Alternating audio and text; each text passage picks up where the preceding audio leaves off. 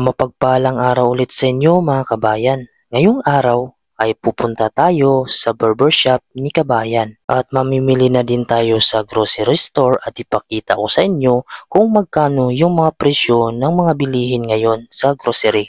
Alam nyo ba dito sa Greenland ay may kamahalan talaga dito magpaputol ng buhok.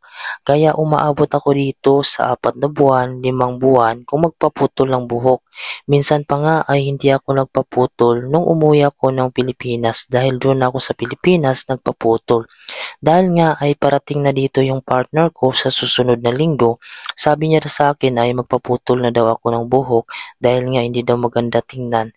Kahit ako ay napapansin ko, pag nagsuot kasi ako ng bunit ay medyo makati na yung aking ulo pag mahaba yung buhok. Dito naman kasi sa Greenland mga kabayan ay wala na akong pakialam kung ano yung itsura ko. Ang iniisip ko kasi dito ay trabaho lang. Kaya sabi nga ng misis ko magpaputol ako ng buhok kaya sinunod ko na lang siya mga kabayan dahil gusto niya daw magpaputol ako ng buhok para medyo malinis naman tingnan. Maglalakad lang pala ako mga kabayan galing dito sa bahay papunta doon sa barbershop ni kabayan. Malapit lang pala dito yung barbershop sa city kaya kayang-kaya lang lakarin.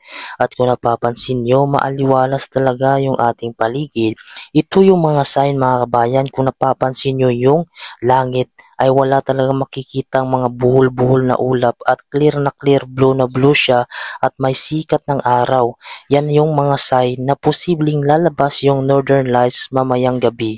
Kaya dito sa Greenland mga kabayan, yan yung mga palatandaan na ibig sabihin ay lalabas yung Northern Lights. Kung napapansin nyo, yung suot natin ay manipis lang yan na jacket at hindi talaga yung pan-winter. Dahil nga napapansin ko at nararamdaman ko sa aking sarili ay medyo mainit mga kabayan yung sikat ng araw. Pero dahil nga may mga snow pa rin dito sa paligid ay parang tinitimpla yung temperature. Kaya yung nararamdaman ko may halong init at lamig. Tuwing lalabas ako dito ng bahay at may pupuntahan ako, tinitingnan ko talaga sa aking application kung ano na yung temperature.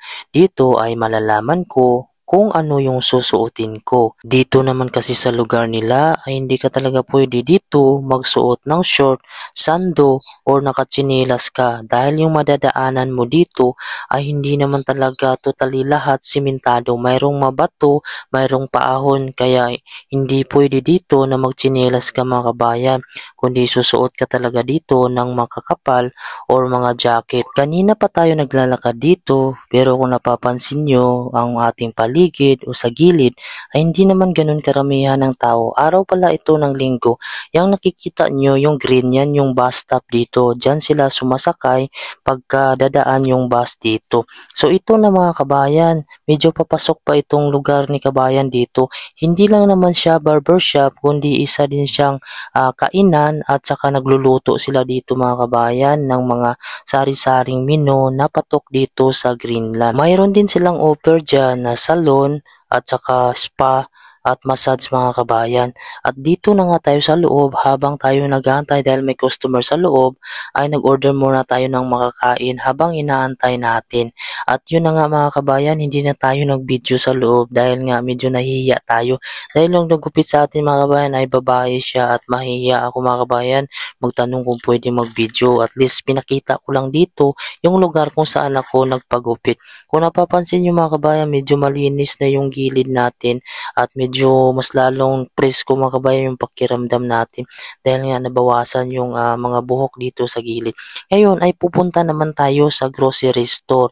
Actually, dito sa Greenland marami talagang grocery store dito. Pero, mayroon talaga ako ditong isa na kung saan medyo mura siya. Halos kalahati yung presyo niya. Kung napapansin nyo, mayroong BDO dito mga kabayan.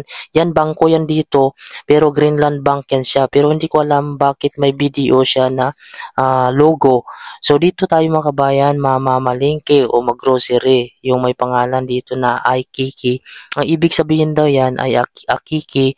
Ibig sabihin ay mura daw. Kaya dito tayo papasok, ipapakita ko sa inyo dito yung mabibili natin kung magkano na ba yung mga presyo ng bilihin. Pagpasok natin dito, mayroon agad bubungad sa atin ng mga basket.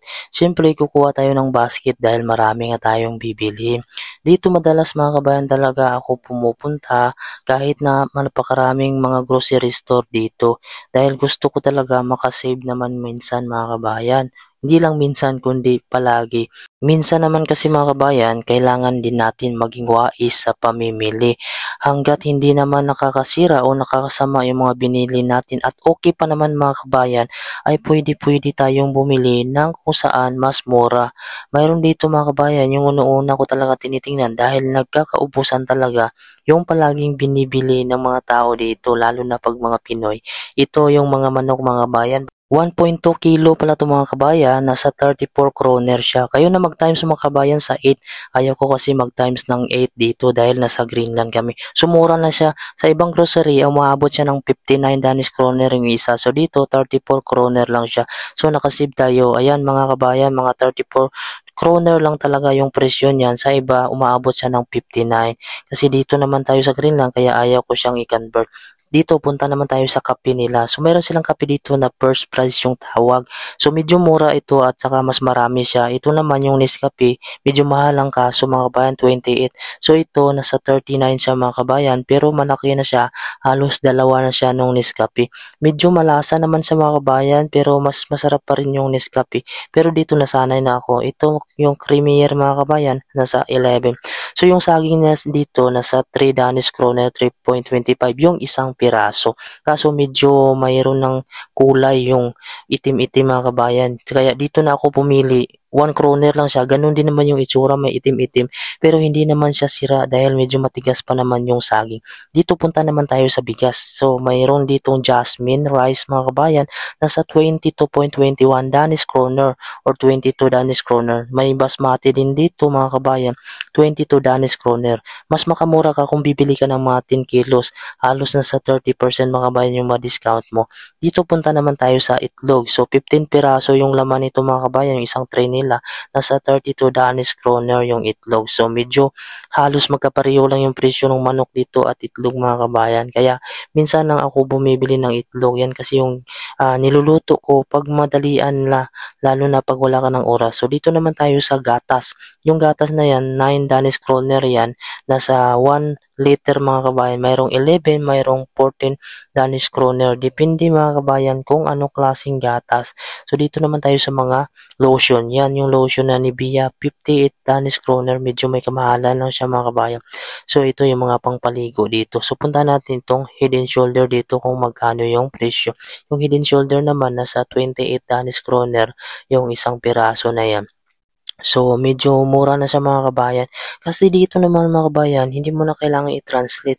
Kasi yung isang oras dito mga kabayan sa pagtatrabaho, sa akin lang mga kabayan, sa aking sweldo lang siya, umaabot siya ng isang oras ko dito, bawasan na ng tax yun, makakabili na ako ng 3 kilong manok o 4 kilong manok yung isang oras ko, bawas na yung tax. So ito mga kabayan, 1 litro ito mga kabayan, so nasa 27 Danish kroner yan, 1 litro na mantika. So ito yung mantika nila dito, medyo mura na yan mga kabayan, kasi nga yung isang oras mo naman dito ay makakabili ka na dito ng 2 kilong manok o 3 kilong manok. So depende mga kabayan sa sahod kasi hindi naman pare-pareho yung sahod dito.